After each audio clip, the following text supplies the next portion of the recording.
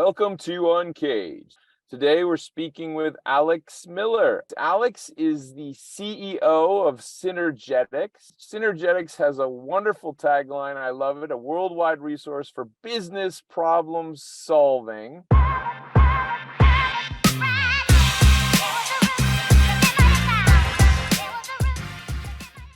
We'll talk a little bit more about the areas of consulting and private equity that they play in. But before we get there, Alex, tell us a little bit about you and your career. Thanks. So I grew up in the UK, and early on, I was very interested in earth sciences, and I chose to pursue a career, or at least studying, in mining engineering. And so that took me to not just the UK, but actually to South Africa. And so my first real job was with De Beers diamond mining in South Africa. And over a period of about 10 years, I learned all about diamond mining and gold mining with their sister company, Anglo American.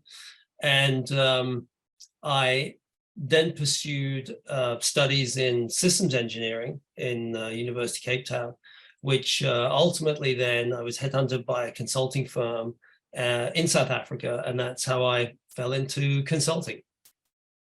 So now you are tackling some of the big business problems that companies face. Tell me more about Synergetics and what you're building there. Thank you. So we spend a lot of time with private equity firms. Probably 70% of our business has a private equity sponsor associated with it. And so we work across four primary segments: healthcare, business services, consumer, and industrials. And we are really focused on operational improvements within those businesses. So we look through the lenses of process, through organization, people, and through systems, and how they ultimately combine to drive business performance. And so we work with a number of private equity firms who introduce us to their portfolio companies. We hate to be parachuted into those portfolio companies, but we're introduced to them, and we work alongside collaboratively with the management teams of those portfolio companies, and we help them to bring about operational improvements, quality, service, but also financial improvements. Well, I imagine that right now your services are in high demand as private equity groups try to be more efficient with their investments. But tell me a little bit about what you're finding right now. I mean, I do know that PE firms in general have been feeling a little bit of the inflationary pinch. What are you seeing out there? Yeah, I think that's absolutely right. For the past 15 years, private equity firms have had this strong tailwind of low interest rates, and so their ability to get deals done and get them done at in a financial scenario that's beneficial. Now that that tailwind is really turned into a headwind with the increased interest rates and the challenging credit market. So I think where private equity firms in the past have driven value through somewhat operational aspects, but primarily through financial reengineering, that has turned around. And so to your point, we're being called upon frequently now to help them out with the operational improvements as they try to make their returns. So, I mean, Alex, you have an incredible background you started working in diamonds, now you're working in consulting. Tell me a little bit about what drives you and why is it this that you focus on? Yeah, so I enjoyed the mining industry early in my career. It was always about working with people, working with organizations, and solving problems in an engineering setting. And so I think that applies across many of the other businesses that we work with, different segments in which we're trying to help clients solve puzzles, operational puzzles. There's the old saying that says, sometimes you can't see the wood for the trees. And Mm, so I think that when you have a third party come into a business and look at it through these three lenses that I mentioned earlier, we're able to see things and opportunities that perhaps the management teams or the folks within the organization can't see. And so I mm, think that collaborative approach, using their expertise in the business, in their business, and often at unique situations, alongside our experienced consultants who come from various walks of life and different industries and segments. They're able to shine a light on different ways of looking at processes, organization, systems, and how they're applied. And as a result, able to solve some of those problems and ultimately reduce costs and improve revenues. So, I mean, tell me a little bit. I mean, in the world of consulting right now, we've gone through such a roller coaster ride over the last couple of years from a business standpoint in general, from the time of the pandemic to now. And tell me a little bit about the state of the consulting space in general. Are you seeing that there's a strong appetite for this stuff right now? I think there are a number of elements at play. In some cases, from a consulting perspective, deal flow, especially with connection to private equity, really does drive volume of work. Mhm. Our M&A type activity, which is typically operational diligence, represents about 15% of what we do. More of our work is really around the portfolio companies and solving some of those problems within portfolio companies. So I think it depends upon the consulting firm and where their focus lies. So I think that there's the natural variation from an economic perspective, overlain by the private equity situation from a deal flow perspective. And so I think that we do see these variations in demand. But overall, I think that we see a strong, certainly back end of the year and 2024, as I think is going to be an increase in deal flow, and therefore more flow through from a post-merger integration work and portfolio work.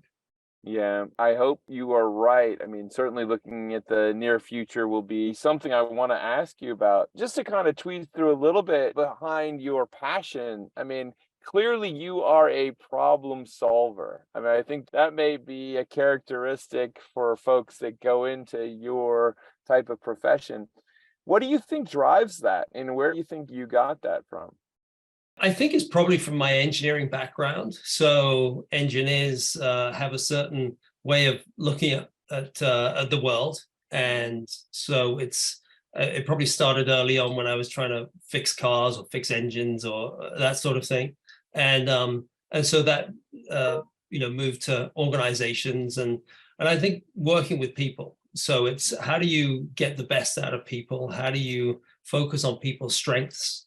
And again, looking through from a process perspective, process always leads our work in terms of how can processes be made more streamlined? How can we use technology to enable process improvement? And then how do we make that work in an operational setting? So I think it's bridging that gap between operational strategy and operational reality. And Yeah. so that's where our focus is. And as a result, a lot of our consultants have a engineering background, or they have a operations background where they've run facilities, they've run operations, and then bring that to a client setting. What do you think the trick is, Alex, to, once you've really helped a customer see the opportunity or the need, what's the trick to get them to actually implement it? So one of our taglines is implementation, not just recommendation. And Yeah. so as we think of, as we've developed our process or our approach over the last 40 or 50 years, it always starts with some level of analysis or diagnostic. So it's that shining the light on reality, and then it's about involving all of the stakeholders, and those people would be management, people working in the process. So that could be on the shop floor if it's in a manufacturing setting. It could be in the clinic if it's in a healthcare setting. But it's about helping them understand the current state and then helping them understand what it could be, the future state, and having them involved throughout the process. I think that's what helps to encourage them and get them involved and bought into the implementation and ultimately the results they're looking to achieve. Yeah, it's a good advice for all folks that are out there trying to navigate change and working with folks on change. But I mean, Alex, here we are looking at an interesting economic landscape right now. What's on the horizon for you and the team over, let's say, the next 18 months, 2 years? Yeah, so I certainly think that it's a growth opportunity for us. We have 4 segments, as I mentioned earlier, led by very capable and experienced, talented leaders of those 4 segments. So it's around growth and driving that growth through private equity relationships. We have an exciting product that we're developing. We call it Synergetics, and it's a Power BI tool that we implement rapidly in shop floor situations, where we can access data from multiple systems and have it up and running very quickly for management teams, particularly around the production arena, where we can have them up and running, and we teach them how to use that data, how to interpret that data, and then start to use that to improve their performance across their processes and improve productivity.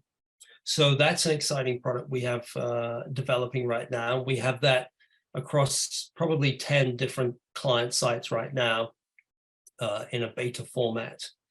Another area is around AI and the application of AI within some of our client situations.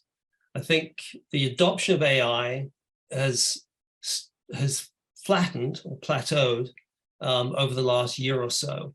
And I think that there's a number of mid-market and lower mid-market clients or companies that don't quite see how can we apply AI technologies to our operational situations.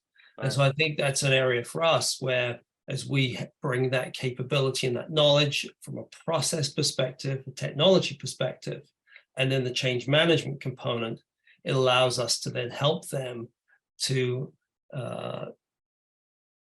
implement those AI technologies across their businesses. We had a recent example of a ice distribution business, and that particular ice distribution business clearly has fluctuations in their demand, summer being the highest demand. And so as we looked at that business, and this is that element of seeing the wood for the trees, where we were able to look at their forecast accuracy from an operational perspective, region to region, and they were achieving mid-70s% forecast accuracy. Well, if you could increase significantly the forecast accuracy, the impact on the operational costs associated with that would be significant. So we looked at some AI machine learning technology in which we could take the historical data of these particular regions of this business, but then add in through AI NOAA data, weather data, overlaying, and then you let the machine learning technology start to forecast more effectively the regional accuracy. And we were able to drive some of the regions up to greater than 95% forecast accuracy. Wow. The impact that that had on the business was very significant from a cost perspective of their fleets of trucks, their labor costs, their fuel costs, et cetera, et cetera. Yeah. I mean, what a fascinating industry to work in. We all need more ice these days. Maybe come up with a climate neutral ice. I think that would be an amazing achievement. I love that idea. Alex, it's been great talking with you about everything that's going on with Synergetics. If somebody wanted to learn about all of the things that you're doing, the new products like Synovate and others, where's the best place to reach you? Best place to reach us, or certainly find out about us online, synergeticsww.com, and contact us at our offices, or email me at miller@synergeticsww.com. Excellent. Well, Alex, thank you so much for being on Uncaged today. We've been speaking with Alex Miller. He is the CEO of Synergetics, which is a world resource for business problem solving. And really, I think, Alex, what resonated with me is that bridge between finding those solutions and then making them into reality, bringing them to life with the customer as the partner of that customer. And I think that that is really what makes Synergetics very, very special. I'd love to have you back, Alex. Thank you so much for being on Uncaged, and we'll see you soon. Thanks, man. Cheers. Bye-bye.